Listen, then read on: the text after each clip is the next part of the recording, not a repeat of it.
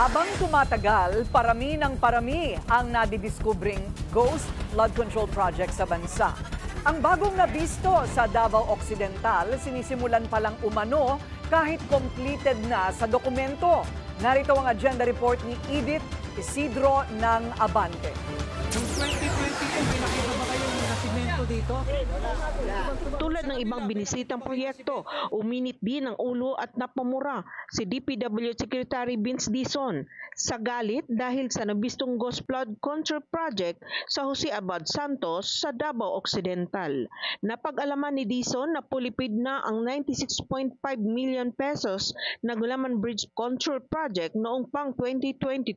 Layon sana nito na protektahan ang mga komunidad at eskwelahan sa lugar kapag tumaas ang tubig sa ilog. Pero nang inspeksyon ng tila, sinimulan pa lang ang proyekto.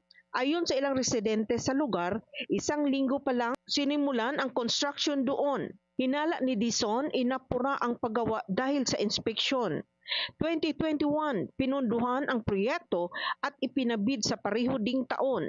Nai-award ito noong January 2022 sa St. Timothy Construction Corporation na pag-aari ng mga diskaya na sentro ngayon sa Senate Blue Ribbon Committee investigation.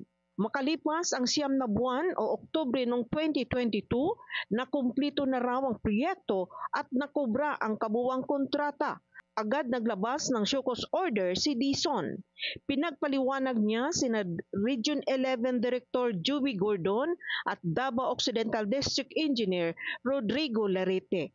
May show cause order din para sa lahat ng mga district engineer na sangkot sa mga kahinahinalang proyekto. Wala akong pakialam kung maubos lahat ng district engineer sa buong Pilipinas.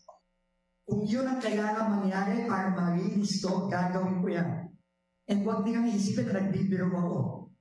Una nang pinaliwanag ni Larete kay Dizon na binayaran ng buo ang proyekto para makahabol sa disbursement rate. Dagdag ni Larete na sira ang flood control project nitong mga nagdaang pagulan at problema sa quarry sa lugar. Pero hindi ito tinanggap ni Dizon. Hini na rin ng kalihim ang mga dokumentong proyektong hawak ni Larete. Para sa agenda, Edith Isidro, Abante, Davao.